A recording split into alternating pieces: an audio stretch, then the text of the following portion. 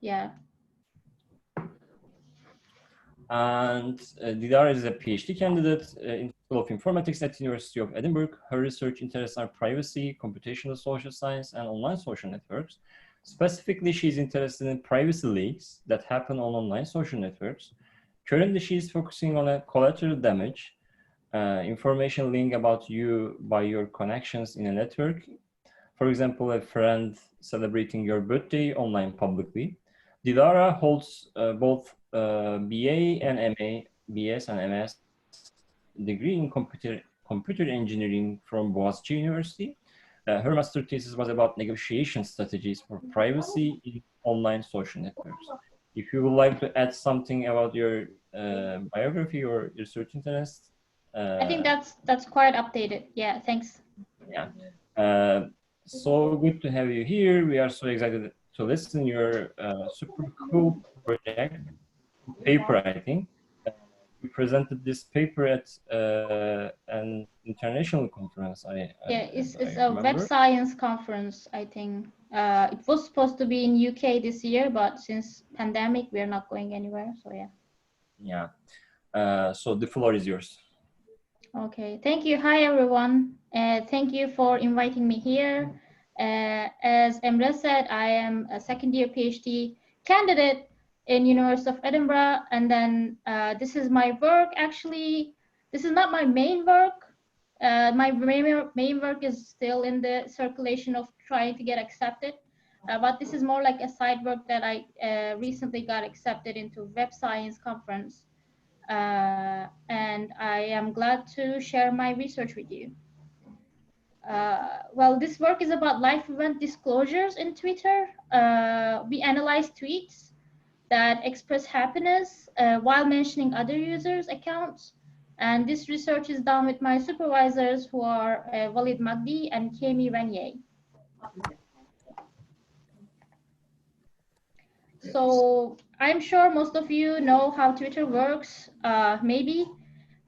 Twitter is a social media platform where people can share short text with links, pictures, GIFs, and recently they added audio tweets, I guess. And there's a binary privacy configuration, if you ever looked at it, where all your tweets are either protected or public.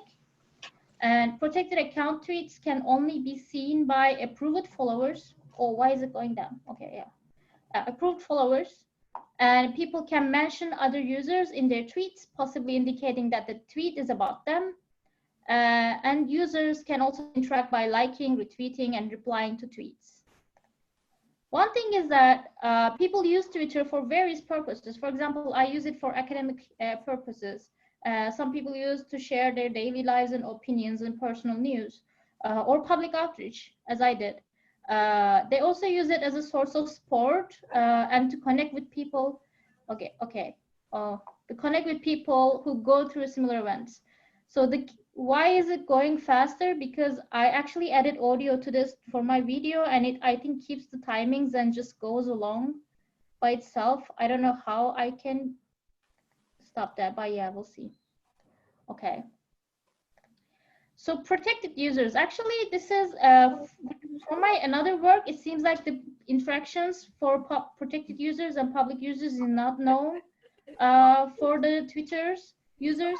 And as mentioned, privacy configuration is either binary or protected, and public accounts can be followed by anyone.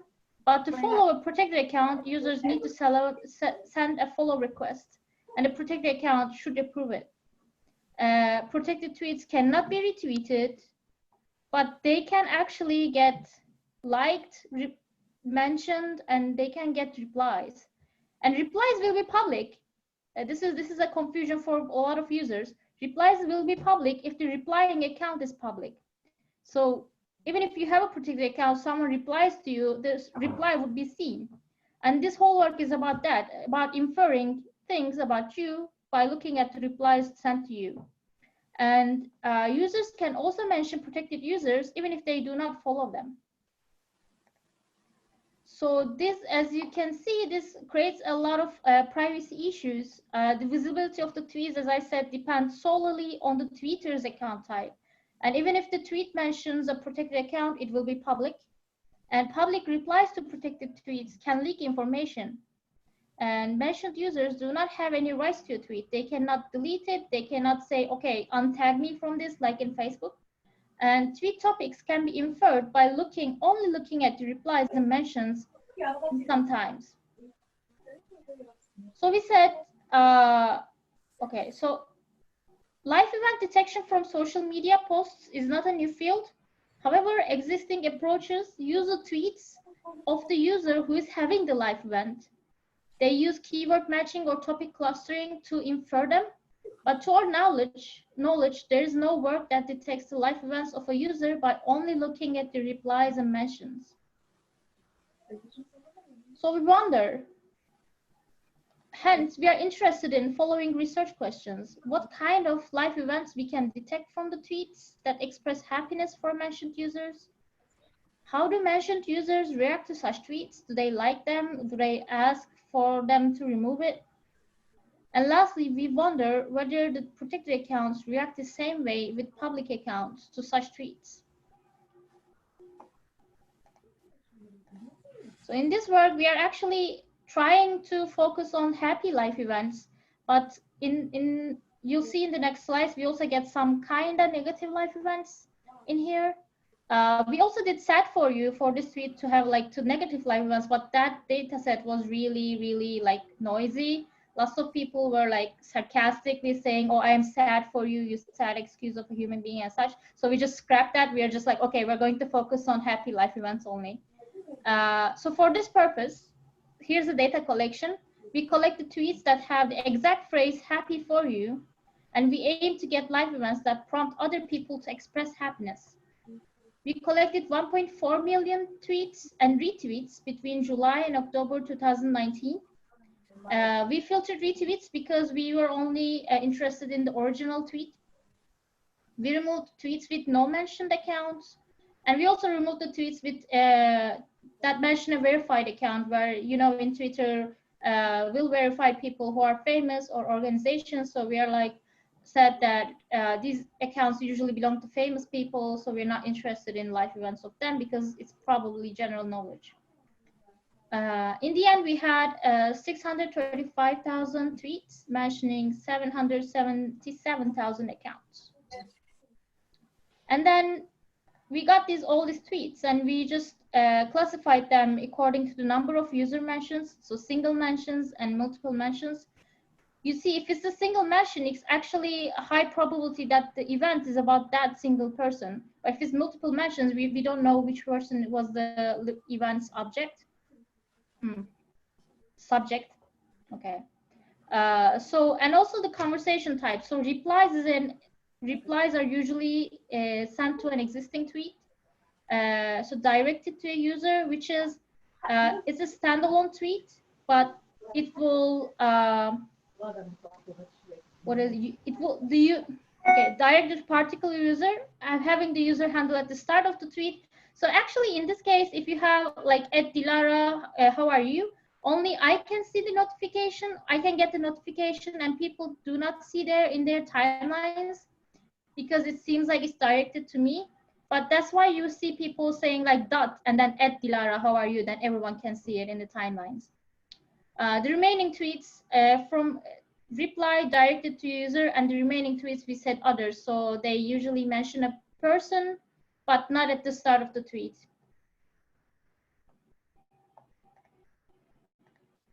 So how do we find the live events? So we have like more than 600,000 tweets.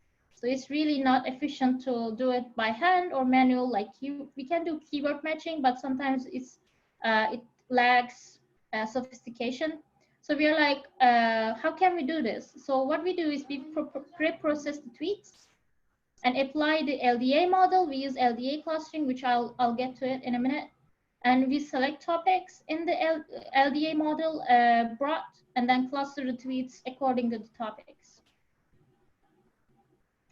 So what is LDA? I'm not going to try and pronunciate that because it's probably, I'm not going to be correct. But LDA is a topic modeling algorithm that giving a topic number. I'm sure you did topic modeling in the first week, right, Emre?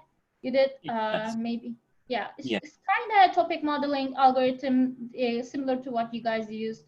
It creates topics and gives the probability, let me see, gives the probability of belonging to topics for each document in the corpus. It uses a bag of words approach, which means that word order is not important. And it assumes that each document is a mixture of topics and each topic is a mixture of words. It also assumes that topic number is known, which is a limitation that we have. So I'm going to now detail each step. So to preprocess, we first lowercase the tweets and remove URLs and hashtag sign and the user handles. We tokenize the tweets and remove words happy for you because we use that to collect the tweets. And we also removed emojis, which actually might be losing some information there because emojis can infer live events a lot. Maybe it's a future work.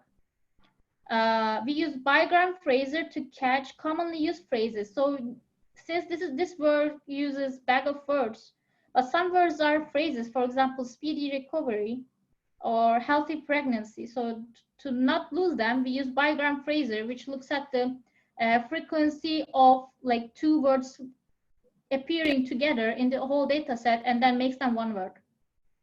We then lemmatized these tweets and removed all words that were not nouns or verbs because we found that only using nouns and verbs were the most clean way to cluster the topics. Lastly, we stored our lemmatized tweets for LDA application. So LDA model, after creating the dictionary from the lemmatized tweets, we apply LDA mallet, which is considered, I'm not sure about this, but I think it's better than the normal LDA. And we use the fixed seed to reproduce our results because every time you run it, it gives you different clusters depending on the random seed. So that's why to be reproducible, we use a fixed number. And we selected this number from the start and did not change it to avoid biasing the model to like pick the topics that will be most beneficial to us. To not do that, I felt like it was cheating. So I picked the seed number from the start and did not change it. And we tried 8 different numbers. As I said, in the LDA, it seems like it assumes that you know the topic numbers in the like whole data set, but Twitter is noisy. We don't know how many topics are there. Probably you cannot find how many topics are there. That's why we tried 8 different topics numbers ranging from 10 to 120 and decided by manual inspection that 100 was the optimal number of topics with clear live event clusters. So how did we select topics? To select live event topics, we extracted top 30 keywords for each one, and then also the 10 most representative tweets. So these tweets had the highest probability of belonging to the topic. And by manual inspection again, we decided that whether the topic was about a live event or not. And at the end, we had 22 clusters involving live events. However, some of them were noisy. For example, some topics were about prayers, and they were praying at various top live events. So it was like praying for a healthy pregnancy, praying for a healthy recovery, and such. So it was kind of noisy. So we discarded them. And also combined 3 clusters as having a baby because we had baby shower cluster. So we are like, okay, that's also having a baby. In the end, we had 12 live event topics. So we applied our model to the data set. We cleaned our data set, applied the model to the data set. Now we have clusters. And now for each tweet, we are going to decide which cluster this tweet belongs to. So for this, we assigned the most probable topic to the tweets. For example, in the LDA, actually each tweet gets a mixture of probability.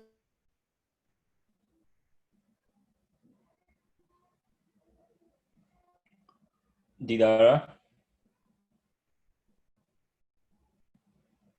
are you here? It's for We couldn't hear your last 2 sentences. Okay, it says your internet connection is unstable. My sister is playing online games. That might be why. Let me just tell her that not to stream games. Yeah, it would be a good idea.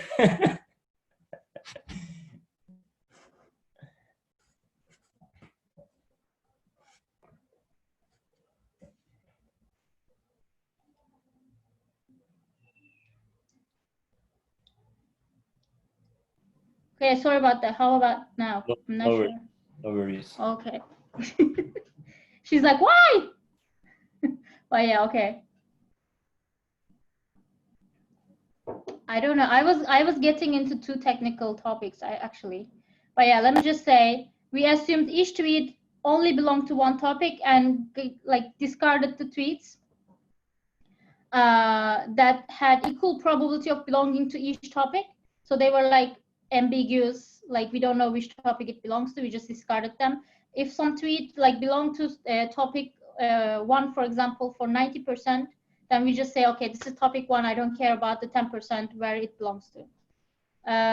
So in the end, we had 59,000 tweets mentioning single and multiple users, as we said. But since we can safely assume that tweets with only one mention is about the mentioned user, we further continue our analysis with single mentions, which were 51,000 actually. We do not lose much of the tweets. 51,000 tweets that mention only one account, and 8% of them mentioned a protected account. So let me just stay here a bit.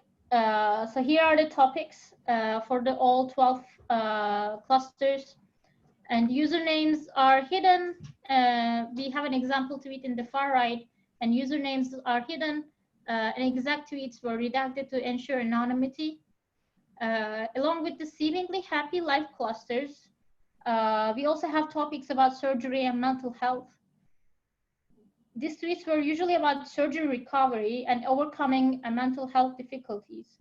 We also have a cluster that were mainly LGBTQ related. You can see that some of these can be exploited. For example, insurance companies can increase premiums depending on the surgery tweets. And also your employers can use it to discriminate against you if you are in a vulnerable population. All these tweet slides and video is actually online. So if you are interested in it, you can go back and see the clusters. So these are the tweet counts in my data for each topic broken by the account type. And having a baby is excluded since it's a combination of 3 clusters. It has like 15,000 tweets.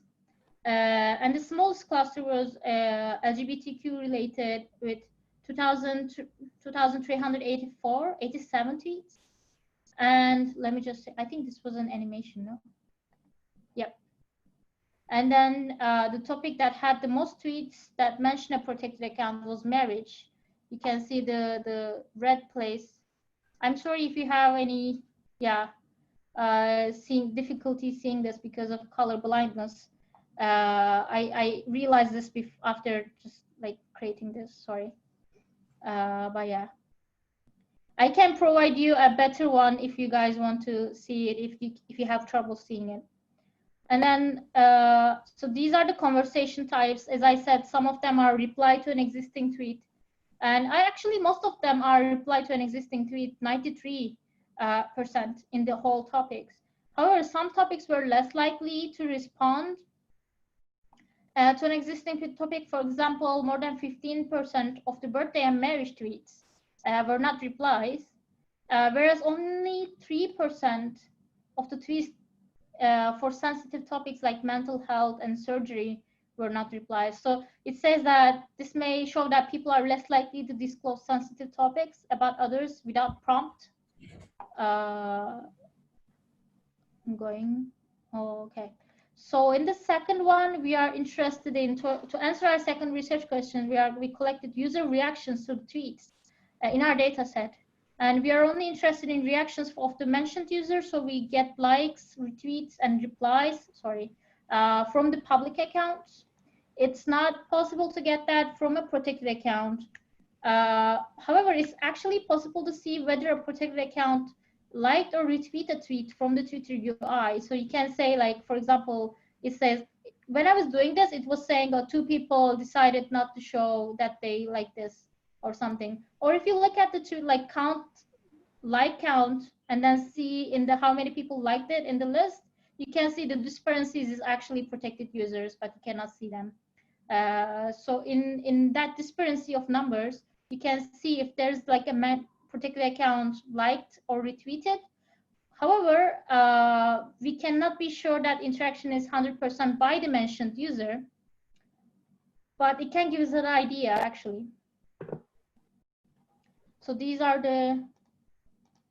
here are the reactions from the mentioned users. In total, 62% of the tweets were liked by the mentioned public account and 6% were retweeted, while 42 got a reply. And for the tweets with protected users, as I said, we are not sure 100% they are the mentioned user, but we can probably say that they are them. For 68% had hidden like, and 6% had a hidden retweet. And it seems like protected accounts like the tweets more. This might be because of the method of counting, limitation of our counting, or however, it can also indicate that protected accounts feel more at ease liking, since they think their protected status provides sufficient protection. So as a conclusion, in this work, we collected 635,000 tweets with the phrase happy for you, and we found that 51,000 of them were about a live event and mentioned a single user, and 4,000 of these were protected accounts. And majority of tweets received reactions from the mentioned user, public or protected. And this may signal that protected users feel their interactions and private life events are protected. However, in our research, we find that major life events can be inferred only looking at the replies and mentions. And since mentioned users do not have any control over these tweets, it may lead to privacy leakage. And life events are big money for companies. For example, Target famously hired analysts to predict which of their customers were pregnant so they could market to them. And also in our data set too, we also had some marketers in our data set. For example, a company for wedding planning were sending tweets to engagement and venue booked like announcement tweets. We show that automated attacks are possible and protected your account may not work. And in our data set, we had 4,000 protected users having their live events exposed. And this is the end. Thank you for listening. And here are the sponsors and researchers on this project and our groups. Thank you, Dilara. This is super cool and super interesting. You come up with a super interesting result in terms of privacy leaks on social media. I really enjoyed your presentation. Yeah, it might be a bit technical because I'm coming from a computer science background, but yeah, let me know and I can go. From the technical part, you use LDA. Yeah. You get the data from Twitter. What is the other further stuff for technicalities? Yeah, we are using the Twitter API for getting tweets. It's definitely much easier to get API keys from UK than Turkey, because I remember last year when we did this, did the summer camp, actually we weren't able to get any keys for the Twitter tweet collection. But in UK, it's just you just get it really quickly. That's a problem. Well, that's a problem for Turkey. You pay you pay to get the data because the premium API accounts. To get the data from premium API accounts, you should pay for it. Oh, really? Yeah, we are not paying for that. Actually, just what I did was I keep collecting data, streaming day by day, and just wait for 6 months and see what's happening. Usually, if you pay for it, you can go back to 6 months and get all the tweets, because without paying, you can only get the last 7 days or something. Perfect. This will be a good idea. Yeah, if you have time, you can. My notes. Yeah, but like it just assumes that you know what to collect beforehand. And for example, what, like if something happens, like an event happens right now, and if we want to like collect for 1 month, it's just not possible with Twitter API. And that's a limitation of Twitter, I guess. You have to pay a lot of money to get that. Or you can, not legal, I guess, in the terms of service, but you can do like a Wayback Machine and just try to do that, but it might be also problematic. Yeah, violation of terms of services is a gray area for researchers. If you decide to go off the grid, you should consider the possible outcomes after. Yeah, I think it was also in the first week of the camp, it was really insightful about the ethics of data collection. There is like one way of ethics of like, I guess, legality against the companies, but also the ethics of using this data without, like, if it's sensitive data, then you need to let users know, but Twitter has lots of users. How are you going to let them know? And such, yeah, you need to like think about the implications and the harms of your research beforehand. That's why we have ethics applications in the university before starting the research. But still, it's just not enough. You have to do some kind of a moral compass inside to do this, I guess. And you shouldn't, you should keep the privacy of users in your data sets. You shouldn't share your data to the public directly. Yeah, that's what I saw actually. Like some people say that since it's a public tweet, it's okay to share it. But I guess I don't want to do that, because if you share the, even though if you hide the username and you just share the text, you can just write it in the search and get the username pretty quickly. So yeah, that's why I reducted the some of the parts of the tweet, so we cannot retrace the tweet. In terms of Twitter's policies on this regard, you can only share the IDs of tweets on your. Yes, that's true. If you are releasing a data set or something, usually if it's more than 50K tweets, you have to only share the IDs, because actually one of my other research is about like public protected changes, because people switch between public and protected accounts in Twitter. And like if you give the tweet, even if it's a public at that time, they might change it to protect it or delete it. Actually, I see that like after in this research, after 4 weeks, like 4 months, I went back to collect reactions, and like I think 12% of the tweets were not there. So This will be a case. Yeah, especially in the surgery, by the way, it's really interesting. In the surgery ones, they were like, it was the highest one that was I cannot access anymore. So it seems like people say, oh, sir, like speedy recovery, I'm sorry about what you've been through, and then they just delete it after a few days. I don't know. But yeah, let me say, oh yeah, I only do English tweets. Actually, that was a problem we had last year in the summer camp too, because like Turkish NLP tools are really not that sufficient, I guess, but there are initiations that's been happening. I guess there's like Turkish open source natural language processing initiation and such. So I hope that in the future we'll have better tools. But yeah, last year we did with my team, they weren't able to come today, but we in our team we did Turkish rap, and then the evolution of Turkish rap from 2000s and 2020s, and try to like extract lyric from the lyrics and try to like get some kind of a theme over the times and such. It was really hard to do like stemming. I don't know, like because we have like Finnish, we have augmentative, like you can add things and it can be valid word. You don't know what's happening. Yeah, But, yeah. Doing NLP for formal text, for normal text is hard. Doing NLP in lyrics is harder than that, I think. So. That's also another thing, yeah. But yeah, last year I don't know which lemmatizers we used for the Turkish lyrics. It might be, I think we used what R gave us. Like there was like I'm not sure about that, but yeah. I think it was like I don't remember which one we used, but it was, I think, the most used ones, one of the most used ones in the R. And it wasn't that good, but it was still working kind of. But yeah, definitely we need better NLP tools in Turkish. You may, I think I remember you may use Quanteda, an NLP package. Maybe, I'm not sure, but yeah, I'll double check. Actually, if you have any questions about this work, I can answer now, and then I'll go to Safia's video, which she created. Before the video, I have a couple of questions for you.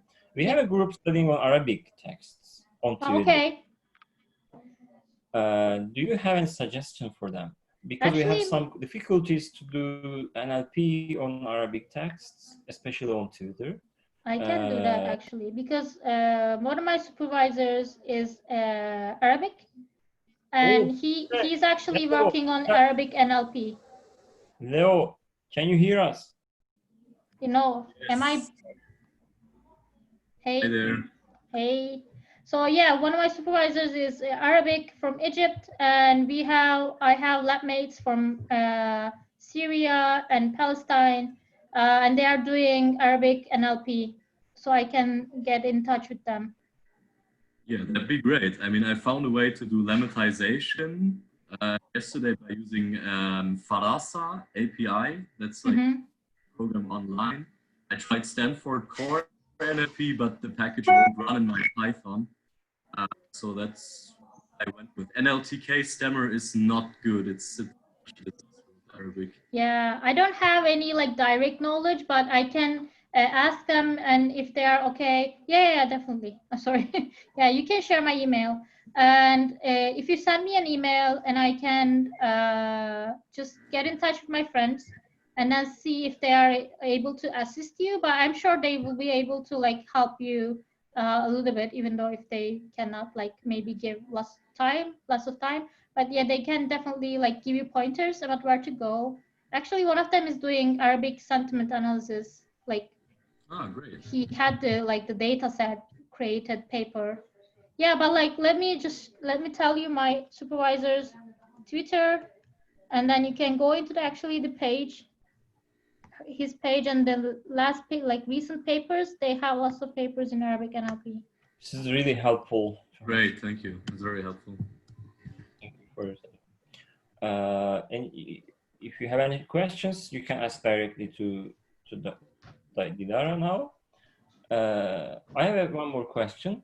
You used LDA, but there is STM as well. Yep. Did you see any difference between LDA and STM? Why you choose LDA? Because it's old, or I think the best STM for your analysis? This is my question. Yeah, I know STM, and then I think in my case it was more like I was used to LDA, using LDA, and also it had a good Python package that I could use. Probably STM had that too. I haven't tried it. But yeah, in my case, it was more like, okay, I know LDA and how to do that and how to use it. So overhead is not much, so I'll just use that one. Yeah, okay. This makes sense. Any questions, any comments, or any additions to this presentation, or anything else?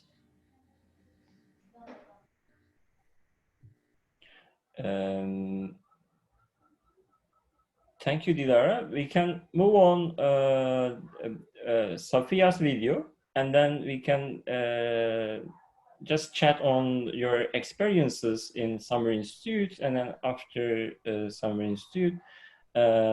From that part, from now on, I am officially end the presentation session, and then switch to the informal session. And thank you for having me. And Sofia, I'm stopping recording. Oh, sorry.